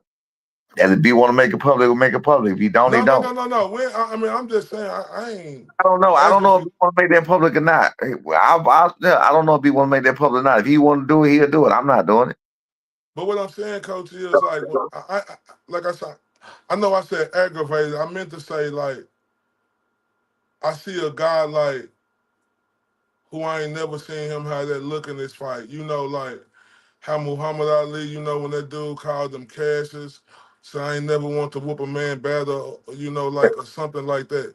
Like I mean, that's again, that's again, B gonna do what B gonna do anyway. They gave away to make it more personal. That's bottom line. That's it. We straight. no, no, I know, but this fight mean more though, coach. Like Well, I know I you shut. I don't know know what you. you. He gonna I get up. know that you. Look, coach, you've been there, so you understand, right? But it's a lot of people around the world who looking at it, you know, like this. Like, could you? Do you think with Devin Haney, with people around the world now, you know, saying Devin Haney uh has the better skill set than Brian Norman Jr., right? Um, does that frustrate you? Them saying that? Do you think people not really paying attention to what they looking at when they watch Brian Norman Jr. fight? No, they're not. I know they're not. They don't know either they not either they don't know what the hell they're looking at, or they're not paying attention, or they just got hate for me. But opinions are opinions. That don't upset me. That don't upset me at all because that gives us the motivation to prove it. That's it. Simple. So with Brian Norman Jr., we don't really hear him talk a lot. Is that just how he been his whole life, Coach? He say what he got to say when it's time to say something. He ain't gonna overdo it. Like me, I don't mind getting on here telling you on this podcast, that podcast, her No, I'm talking about podcast. like people be on Twitter, like whoopty whoop. We don't see him doing a lot of that, even though. It ain't for what? That's pointless. That's stupid. Who gonna sit around selling a bunch of same wolf tickets for what? The fight is set. The fight is done. We got a No, I'm date. talking about like with different fighters. Like we Oh, don't hear from him a lot. for what? For who? For why? For why? You know what I'm saying? Who is he looking for? Who is he gonna talk trash to? We already got the one fighter that didn't want to fight him, and he clearly left. The day before. People believe or see what they want to see on that one. So who is he gonna talk to? Who is But he? you Who know is he what's looking the to talk to? but it's like I say, this was what make it more like way more similar when I look at you and Junior, and I look at Bill and Devin, right? His daddy, Bill Haney, was the mouthpiece for Devin Haney, and you the mouthpiece for Brian Norman Jr. Like early in his career, like Devin Haney wouldn't do a lot of talking, and Well, um, I'm sorry, man. I'm sorry, man. You got to talk, sir. are you good?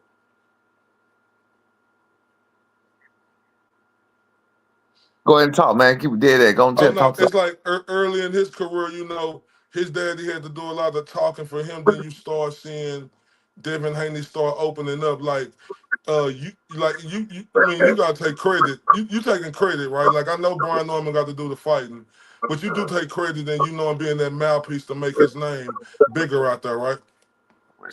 Right, correct. Where's going? I'm gonna wait till you get through, cause take your time. We good. Shout How out to far? everybody out here, man. Y'all make sure y'all hit that like button if y'all ain't subscribed. I apologize if I'm cutting Brian Norman Senior off. You understand? Oh, It's an interview, but it's really a conversation too. And this where's TSB unscripted. This is what we do on here, like on the Spit Bucket podcast with my guy JJ Solomon. He keep me in order. Shout out to my guy JJ right, Solomon. You understand me? Shout out to him, man. Everybody hit that like button if y'all ain't subscribed. Please subscribe to the Spit Bucket Podcast. Please share this. This is where we do all our interviews at over here. As y'all can see, we've been on here for an hour and 17 minutes with Brian Norman Senior. Shout out to everybody that's on Twitter right now, Facebook, Instagram. We speaking with a guy right now who is fully confident in his fighter. But yeah, like I was saying, Coach, yeah. um, I think y'all, like you say, y'all are very similar in coming up. And gradually you starting to see Brian Norman start talking more. And I think this is the fight. I'm not saying he gonna change as a person, but this is the fight when he win, he gonna have a lot more people calling him out now and wanting his name. It's gonna be a lot. And I think that's when, you know, he gonna start, doing a lot more. Who And, calling and out you Brian Norman? and you is too. Who calling out Brian Norman? I say, if he's successful in this fight, like I think I he's said, going to be, who's calling him out now? I mean, I don't hurt you. You got to understand, Coach. You got to understand, right? Look, they all and look. There's no disrespect to Devin Haney, right? But when you have somebody hot up and coming who champion, who everybody looking at different, they always want to send that crash dummy out. I'm not calling Devin Haney a crash dummy, right? Okay, so with that being said, they sending the crash dummy out. Now when he knocked Devin No, I'm Haney not out, calling him a crash dummy. that's You what he don't. is.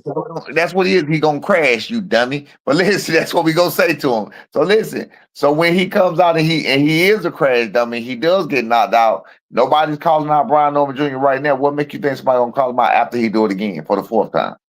But No, you but they gotta not. understand when he do that, that's like Brian Norman is a champion, but this fight This is where if he win this fight and be successful, this solidifies him, right, to where he's going to be looked at different, to where people gonna have no choice but to call out his name. Even though he's here, he's gonna really be here if he be successful after this fight. And I think that's when y'all gonna start hearing a lot more people saying your name.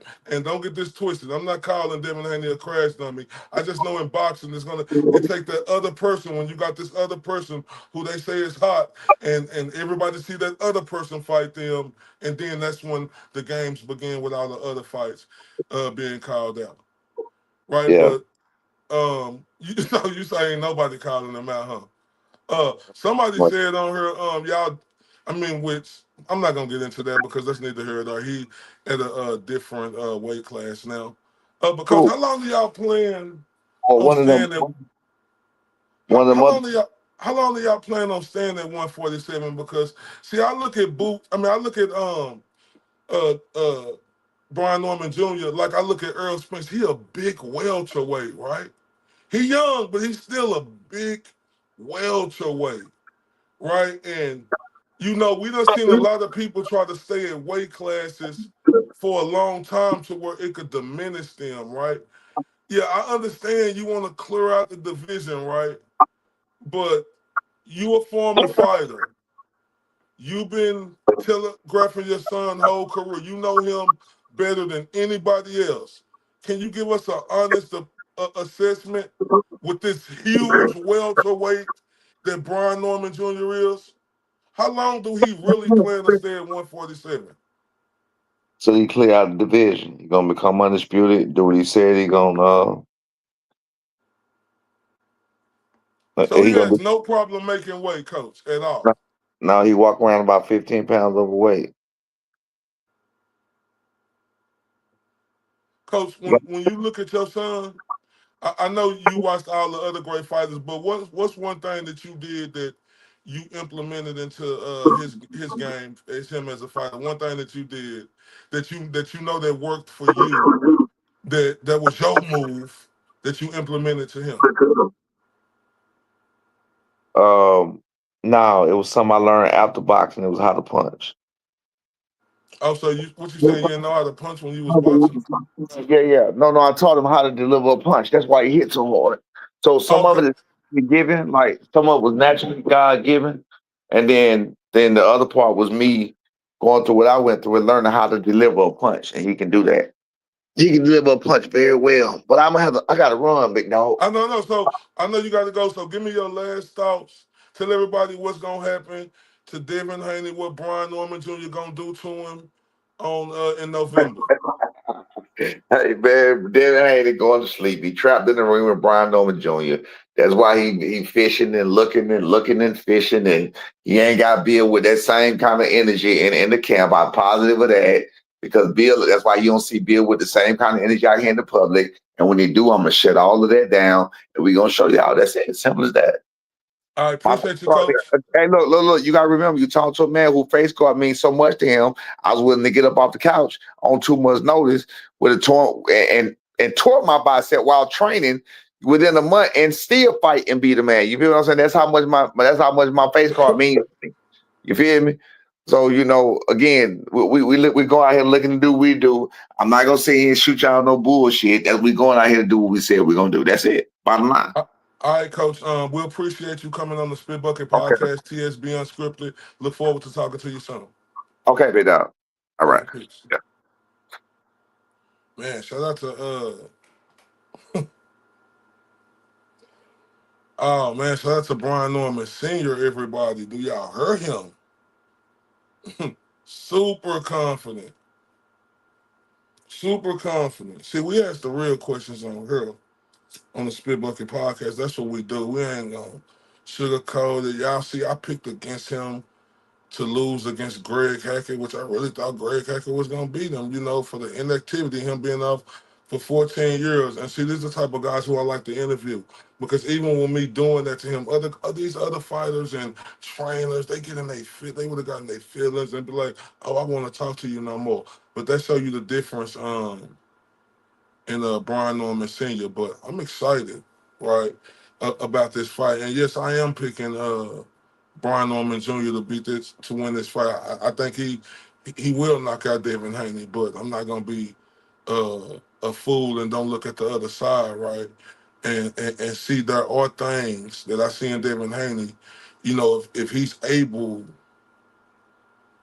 to offset that power and handle that power of Brian Norman and able to take him deep, but actually able to stay, you know, in range to where he could put some hurting on him because Devin Haney gonna have to take chances to win this fight. If Devin Haney don't take no chances, and that's the one reason why I'm picking against Devin Haney because I don't believe he gonna take no chances. Devin Haney is a hell of a fighter, right? But I don't believe he gonna take the necessary chances because it's gonna come a time in that fight. It's gonna have to be many times in that fight to where Devin Haney is gonna have to sit down and go blow for blow. He's gonna have to sit down and he's gonna have to make Brian Norman Jr. Respect him. And I don't know if he's gonna be able to live up to that. You know, that's why I'm picking Brian Norman Jr.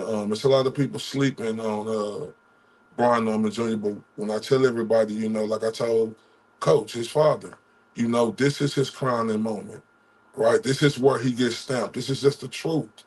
Yeah, we understand Brian Norman Jr. is a world championship fighter, right? We get a lot of world championship fighters, right? It's just the truth. But it comes a moment like this, a glaring moment that he's never been in before, right? Where he must show up and show out and show us who he is. Because in this moment that he never been here before, everybody here on the Spit Bucket podcast, make sure y'all hit that like button. That's the one thing that worry me, right? Because like I told Coach, you know, it's easy to say, yeah, he been doing it his whole life, which is true. Fighters have been doing stuff their whole life, but it's different areas in your life. It's different moments in your career. And this is his first big, huge moment on this grand stage where it's lights, camera, action. I'm from Dallas, Texas, right? Me and my dog, JJ Solomon. This is our show. Y'all see us right here. That's me, that's him, the Spit Bucket Podcast, you understand me? Salute, JJ. We from the city of Dallas, Texas, you understand me? And our saying down here in Dallas, Texas is, right, they say the stars at night are big and bright, deep in the heart of Texas, right? And the stars and the lights gonna be shining bright on Brian Norman Jr., not just him, but his father too, right? You know, and up to this moment, they have graduated and elevated every step of the way. That's why you should give credit what credit is due. But this is the real moment to where they solidify themselves. Becoming a champion, we've seen a lot of people become champions, right? Staying champion, then getting that moment like this is where the lights are going to be shining bright, right? Brian Norman Sr., he confident, and I believe him.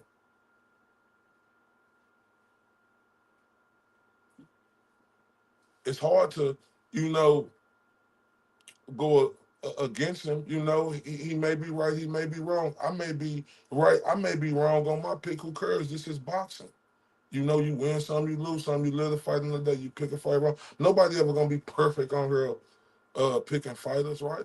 Picking fights, right? That ain't what we do. We can assume and think of who we think gonna win, but it's never gonna be 100% right though. But one thing I know about Brian Norman Sr., right?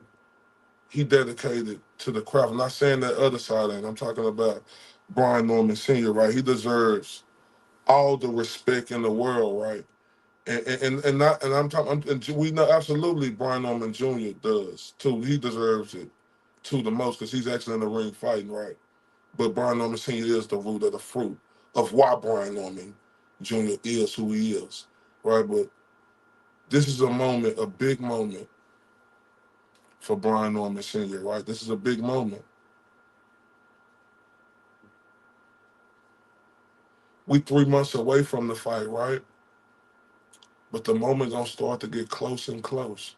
It's like a little kid. I love children. I got two boys, 9 and 3. My brother from another, JJ Solomon, he got a son who 18, a daughter who 15, and he got a baby who 18 months, right? It's like our kids or y'all kids waiting for Christmas Day, right? You get more anxious and anxious and anxious. You be cool, calm, and collective in October and November. In October, September, October, you be cool, calm, collected. November come around, boy, you start the looking and the watching, and the watching and the looking, and you that the pressure start to coming, and you know, I'm glad Brian Norman Sr. said that's why I respect him. How can you not respect a guy when he say it's always pressure there? You heard these coaches, you heard these fighters say, "Oh, it's no pressure there." Yes, it is. It's pressure in everything you do, especially in this fight right here. When Brian Norman Sr. has to come in here and show everybody who he is. We know who Devin Haney is. If Devin Haney win this fight, you know we ain't gonna look at it no different because we know who he is, right? He'll get a lot of respect, but Brian Norman Jr. has to win this fight. This is his moment, right? There's a lot of pressure come with that moment, right? It's a lot of pressure, but what I've seen thus far in Brian Norman Jr., he's been able to live up to that pressure, right? But pressure can bust pipes, right? Big moments uh, can make you overthink and do things that possibly you didn't want to do. Now let's talk about Devin Haney. And I appreciate everybody who on here on the Spit Bucket Podcast, on RTBA, on Twitter. We appreciate all of y'all. Y'all the truth. If it wasn't for y'all, we wouldn't be able to do what we do. And I don't know if y'all know how I say truth, but that's TRUF, truth.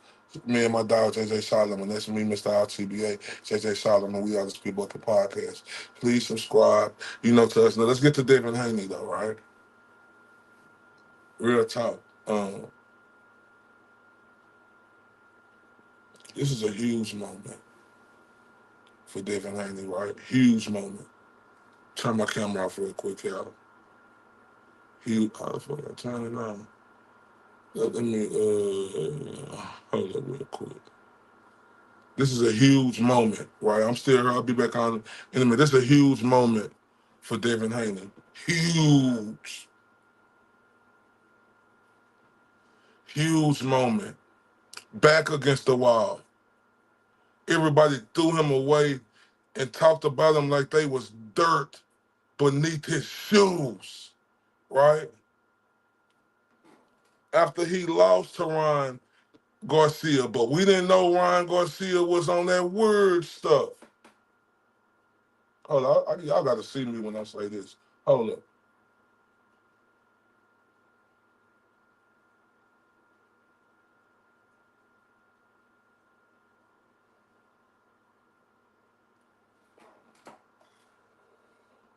Once again, shout out to my brother from another, JJ Solomon. Shout out to his whole family, his wife.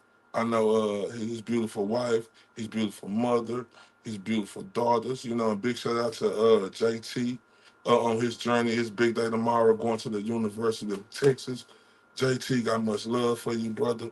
So proud of you, bro. Like, going to the University of Texas. I'm gonna call you Mr. Texas Longhorn. So big dog salute, right? My guy JJ Solomon. So that's where he at, cause y'all know JJ would have been on her with me. But when you got big things popping like that, when you finna take your son to the University of Texas, this little thing's popping right here. This mean nothing. Everybody should always know family always come first. It's family over everything, right? And that's what me and JJ Solomon believe in. It's family over everything. And that's why I got much love, and I love that dude to the death. You understand me? That's my brother in real life. We ain't blood related, right? But we brothers for real, straight up. But this is a huge moment Let's play devil's advocate. What if Devin Haney win this fight? Do y'all know what that do for Devin Haney's career?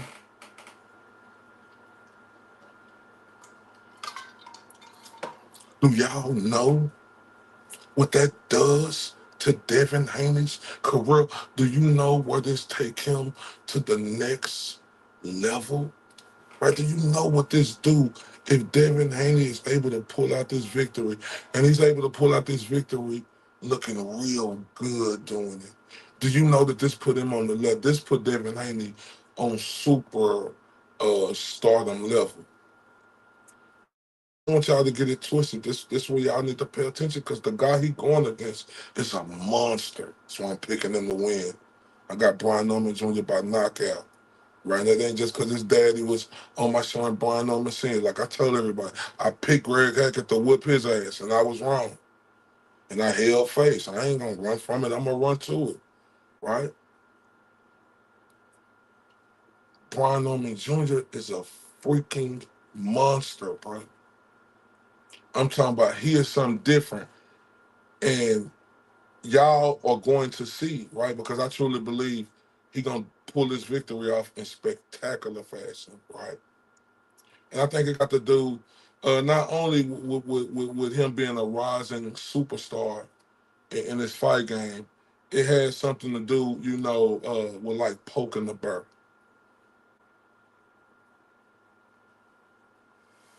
And that security guard, he really poked the bear for no reason at all. Um, he act like Devin Haney was Michael Jackson, Floyd Mayweather, or this big global superstar, right? And he got in between them fighters, putting his hand on Brian Norman Jr. instead of holding his fighter back, the one that he's supposed to protect to get out the way. You don't poke the bear like that. That was very unprofessional. This and what's crazy about it, Brian Norman Jr. He ain't one of them bravocious guys who talking, this and that. They fighters, they gonna do each other like this. That's nothing, fam. They fighters. They got to settle it on a specific night that they already signed for, right? And with that security guard doing that, that poked the burn added fuel to the fire. And not that's not just the reason, but I just think that brings more to this fight. That's why I say it turned personal, right? Because see, the thing is, he was wrong, um, and Cuz should have been reprimanded, right? Um, or it ain't nothing wrong with coming over there, and being a man and apologize. Real talk. That's why I got so. That's why JJ Solomon is my brother from another, right? Because like you always want somebody around you who gonna tell you the truth, who gonna stir you in the right direction and make you understand what you're doing. And it's up to you uh, to make them changes happen, right? And why I got so much respect and love for my dog, JJ Solomon, right? Because when we first got together, like I'm a mother. Shut your mouth. Right, I am. Mister. I'm on that bullshit again, Mister Untamed. Right, that's me. Right, and when you're trying to build something, bro, it ain't even on nothing like that. It's just certain ways that you have to move, and there's certain ways that you have to have corrective action to yourself if you want to see something build and grow, right? And if you're a real man, you'll be able to take that in, right? And you'll be able to apply it, especially if it's presented to you and you can see exactly what's going on. And I'm speaking on that is because when he got in between them two fighters and Brian Norman Jr. and Devin Haney. He was absolutely wrong for that. They two fighters, they ain't in each other face. They ain't finna F up the money, dog. Like, if you was a real man, you should have just stepped to the side and even though it's still added fuel, come over there and apologize to Brian Norman Jr. for being out of pocket, fam. Because he was definitely out of pocket. Like Devin Haney ain't like if you walking on the street with Devin Haney, that's different, right? Because Devin Haney is a name out there. People know him. Fans gonna try to run up to him. You protect him at all costs. That's in the outside public world, right? You don't get in between these two fights, especially a guy like Brian Norman Jr., who they just talking and he ain't even known for doing nothing like that. It's just talk. This is fighting, dog. And you poke that bro like that, right? And then the way, Bill Haney them and stuff carried on, it should have been some corrective action. They may have told him behind the scene, right? Like whoopty whoop this. But the thing is, him as a man, like I understand, right? People make mistakes. We could look at that as a mistake, but it ain't.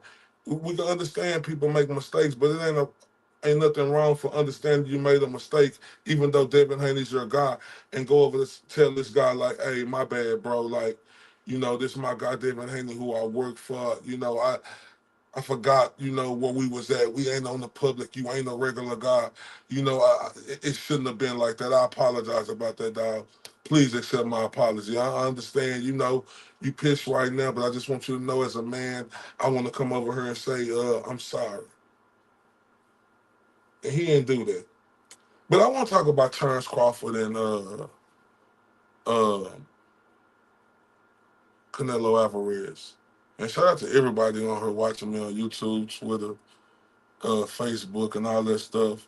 Whether you on the Spit Bucket Podcast, RTBA, you on Twitter, the Spit Bucket on Twitter, right? Y'all make sure y'all run it up, share, like, all that stuff, right? Um, because one thing about us over here, we don't get in our feelings over here, right? Um, Like it, everybody got the right to their opinion, right? And if you ain't tough enough to accept, some people saying, whoopie woo woo woo woo woo, that just show your mindset. See, people could say stuff, but your mindset is supposed to be able to come and counter that stuff, right? That's why we don't get in our feelings over here. But a lot of people are getting in their feelings with me. Uh, when I speak on the Terrence Crawford and Canelo Alvarez fight coming up. People out here have this certain thing where they think I don't respect Terrence Bud Crawford. You got to be a fool not to respect Terrence Bud Crawford, right? You got to be a fool. Just because your opinion on him in this upcoming fight, that don't mean you don't got respect for the guy. Terrence Crawford has showed that he is one of them. And anybody who don't say that Terrence Crawford is one of them, you is a fool. He beat Earl Spence fair and square, right? And any person who has integrity, right? You give that man his ultimate respect. You don't run from it, you run to it. And that's what I did, right? But why do Crawford fans, and I get it that it's people out here who making excuses for the reason why he beat Earl, but why should I worried about that, right? It ain't like it was a close fight. The fight wasn't even close. Shouldn't pay attention to nonsense and people saying he wasn't the same. If that was the case, the fight would have been closer with him and Earl Spence. It wasn't. It was a wipeout. I'm talking about hasta la vista, baby. But Crawford fans, they just show me like how emotional you got, and y'all got the right to be emotional and stand down. Y'all supposed to stay down with Terrence Crawford, but you can't get emotional because people pick against Terrence Crawford. Let people be wrong picking against him, and let them come back and eat that crow. See, me, I'm the type of guy. I got Canelo beating Crawford, right? But if Crawford win this fight, I'm not one of them guys who gonna run from it. I'm gonna run to it. That's how I'm coming. That's how I've been coming. That's how I'm gonna continue to come. That's how me and my dog JJ Solomon. That's how we do it on the Spit Bucket podcast. That's how we do, right? But for some strange reason, what's bothering me is that all the Crawford fans and you got people in the media, right? They looking at Canelo Alvarez like he is Earl Spence.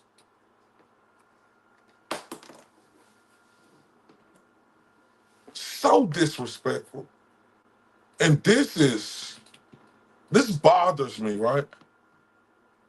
Like listen, they looking at Canelo Alvarez like he Earl Spence Jr., right? And I'm not taking nothing away from Earl. Earl was a great fighter. He had 3 belts in the division, right? You know, it take a special type of dude to do that, right? But Crawford came up there and demolished him. It wasn't close. Let's get credit what credit is due, right? But they looking at Canelo like he's just another regular guy.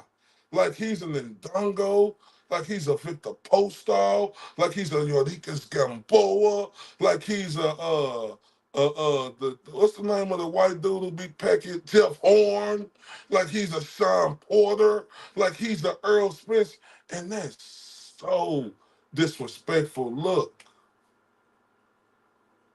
I'm not on here to take the talents and ability away from Terrence Crawford. That's why I get misconstrued because, when I stand on something, and like I said, that's what having somebody who you rock with, like my guy JJ Solomon, who the realest out there, right? The realest out there, right? Um, they could bring you back to reality when you going, you know, super crazy, right? So I learned how to control that, but it's still about standing on 10, but just doing it in a better way. Like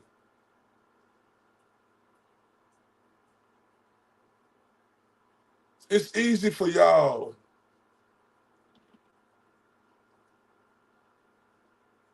to say Crawford gonna win, right? And I'm not mad at y'all. Y'all supposed to have the belief, faith, and everything in this guy. I'm not mad at y'all for believing that. The one thing that bothers me when y'all talk about Canelo, y'all talk about him like he one of them other guys. Like he's on the same, like him and Earl Spence was on the same level. Y'all forget that Terrence Bud Crawford is coming up really 3 weight classes. Really 3. If we're gonna be honest, he coming up really 3 weight classes. Really 3. Because this is my thing right here. When you coming up in weight class, right? You know, this is boxing. They say you got to get settled at a weight, right? You got to get settled at it, right? And like I say, if I'm wrong, I'll come back and, eat all the crap. You got to be settled. But Crawford didn't get settled at 154, right? He didn't get settled at 154. He fought one guy who it looked like gave Crawford the most trouble he ever had in his career. And no disrespect to my Jamal, but this guy just came from out of nowhere, right? And this is my thing right here with Crawford fans. And I respect y'all. I can't be mad at y'all for picking Crawford. It's just I'm disappointed. And that's what ticked me off with y'all because how y'all look at Canelo like he's just another guy who's Crawford's going up against, right? Y'all want to talk about Terrence Crawford, Terrence Crawford, Terrence Crawford. Well, what about Canelo? Did we forget about that guy from Guadalajara, Mexico? Did we forget about him? But let me show y'all something. I want to let y'all see something real quick. Watch this. Uh, Give me 1 second.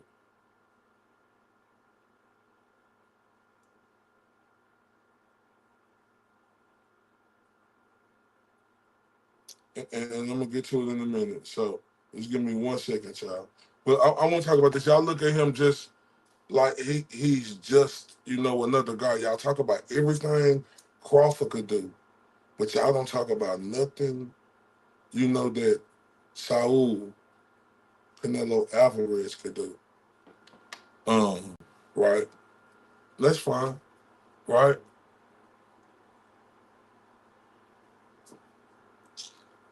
But dismissing him the way you see people dismiss him, that's what bothers me. Right. Y'all acting like Crawford ain't coming up these weight classes. Y'all act like he didn't struggle against Madrimov. And what bothers me, he got the victory. Give him credit. But that was a hard fought victory against a guy we really didn't put nothing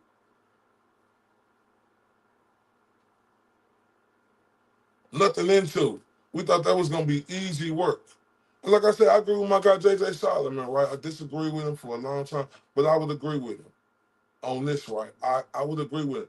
Like he said Crawford could have looked past that fight, you know, Madrimov. I can agree. It's like I can agree with him on that. But when I think about who Terrence Crawford is, right, and people don't give me credit for giving Terrence Crawford credit, Terrence Crawford would never look past the fight, in my opinion. That ain't how he built, in my opinion. But I have to agree with JJ, right? I have to agree with him. That could have been a fight that Terrence Crawford looked past. I was so adamant, with me giving Terrence Crawford so much credit, right? I would think Crawford would never look past the fight, but I had to, come to reality when my dog J.J. Solomon told me, like, and it was just a few days ago when I finally came to reality. So I'm not gonna say this just a few days ago, and I can admit that. Like some people can't even get on her and admit that, but I can admit that I was wrong. I mean, not wrong, but I agree with him. Like Crawford could look past that fight, but it's easy to look past a fight and not look that good in a fight. But then my mind keep playing tricks on me, right? Because of how great Terrence Crawford is. Am I giving him too much credit? Right? Because I took away from what I was feeling because I think my guy JJ Solomon right. But still, Crawford should have looked better. But then, when my mind was playing tricks on me, I guess people just don't want me to give, and not just one person. I'm talking about everybody. When I'm saying, thinking to myself, Crawford would never look past no fight. But Crawford is a human, right? That's why I agree with my dog J.J. Simon, and we don't agree on everything, right? But I agree with him on that. Crawford is a human being, right? I guess after he beat Earl Spence, it just was a totally different look at Crawford to where, like, I always knew he was that, but I didn't think he was gonna beat Earl Spence, and then I didn't think he was gonna beat Earl Spence like that, right? So I looked at him totally different. He was like, that was his graduating moment against Earl Spence. And the way he did that, bro, like, how can I not look at this guy like super, cerebral? Like, like that was just me. And, and like I said, and I think the reason why I did that, I can admit that. I think the reason why I did that is because I didn't think he was going to beat Earl Spence. And I talked about it, for years leading up to this fight. He wasn't going to beat Earl Spence. So when he finally beat Earl Spence in the way he beat Earl Spence, I think I looked at Crawford like, Nicky Barnes, aka Nicky Barnes. They called him Mr. Untouchable, right? If you watch the movies and the dudes who used to sell back in the day, he the one who snitched on his partners because he found out they was out there messing with his women. It's a whole nother story.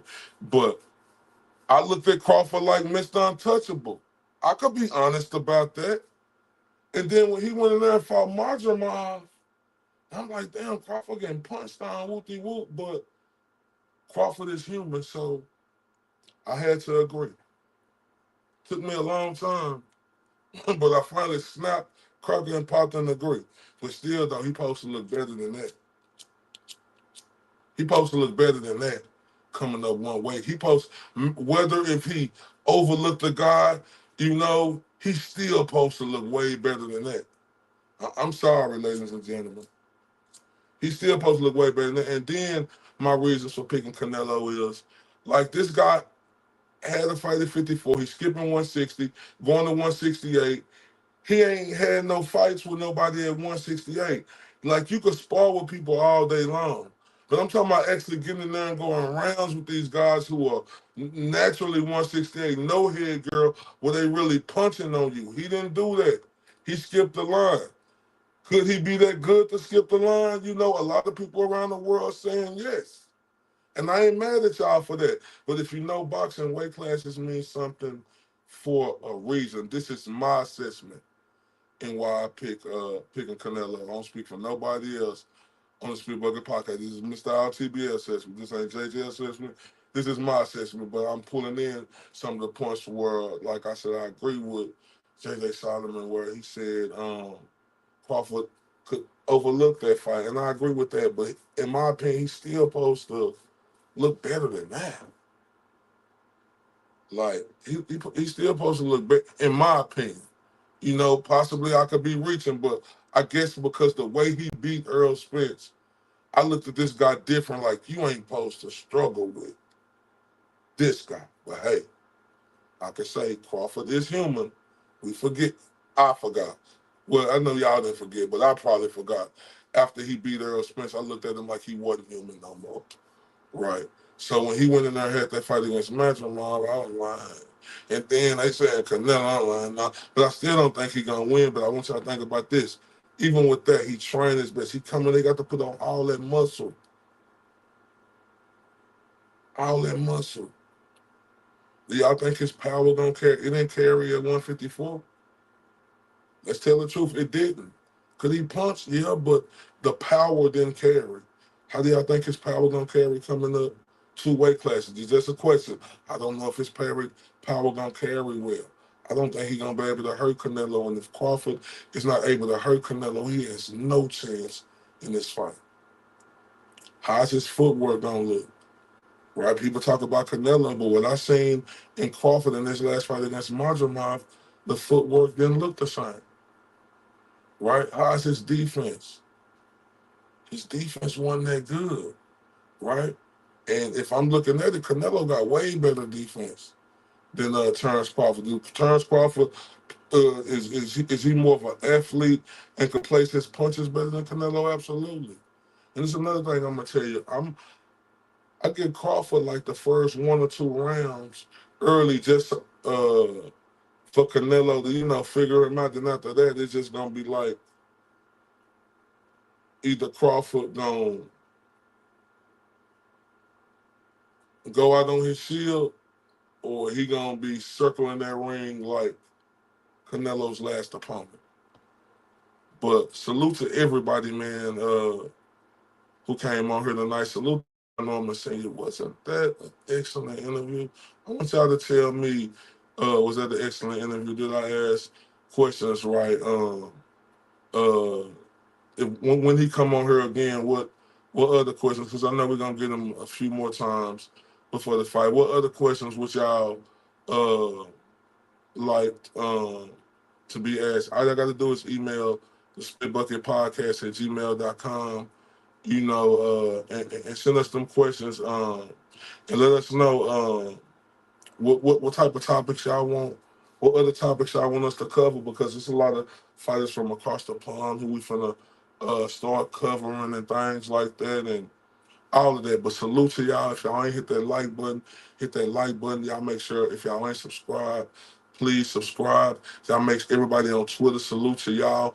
I appreciate y'all for sharing this. I seen some names on there who said they shared it, but it came across. I was so caught up talking to Brian on the scene, you know, I just let it go by. But salute to y'all who I missed. Salute to all the comments I missed too. I did want to get to that tonight, but that would have took 2 more hours because would have been breaking it down even more. Once again, y'all are the truth, man, and we appreciate y'all. Without y'all, we can't be able to do what we do. So we hope y'all please keep showing up and showing out. When me and my dog JJ Solomon come back, we got this thing we finna start doing different. It's called Spit or Shit. We're gonna have a bunch of them episodes, and we're gonna also have another thing where we have a lot of podcast hosts on here. I don't want to screw up the name. I know it's Bucket something. We also got our big 100 show coming up with huge guests we got in line to bring on for that 100 show. And so y'all just kick back, get ready. Y'all make sure y'all hit that subscribe button. Y'all make sure y'all turn on that notification bell. You understand me? Once again, shout out to my dog JJ Solomon. Y'all know how I do. It's Mr. RTBA. Mr. 214, Senor Dos, Senor Dos, I thought say, Mr. Undeniable, Mr. D Boys can't touch me on my worst day. Y'all know I represent the Spit Bucket Podcast, one half of the Spit Bucket Podcast, and I'm on that bullshit again. This is JJ Solomon. This Corey Bradshaw, Mr. RTBA, Mr. D Boys can't touch me on my worst day.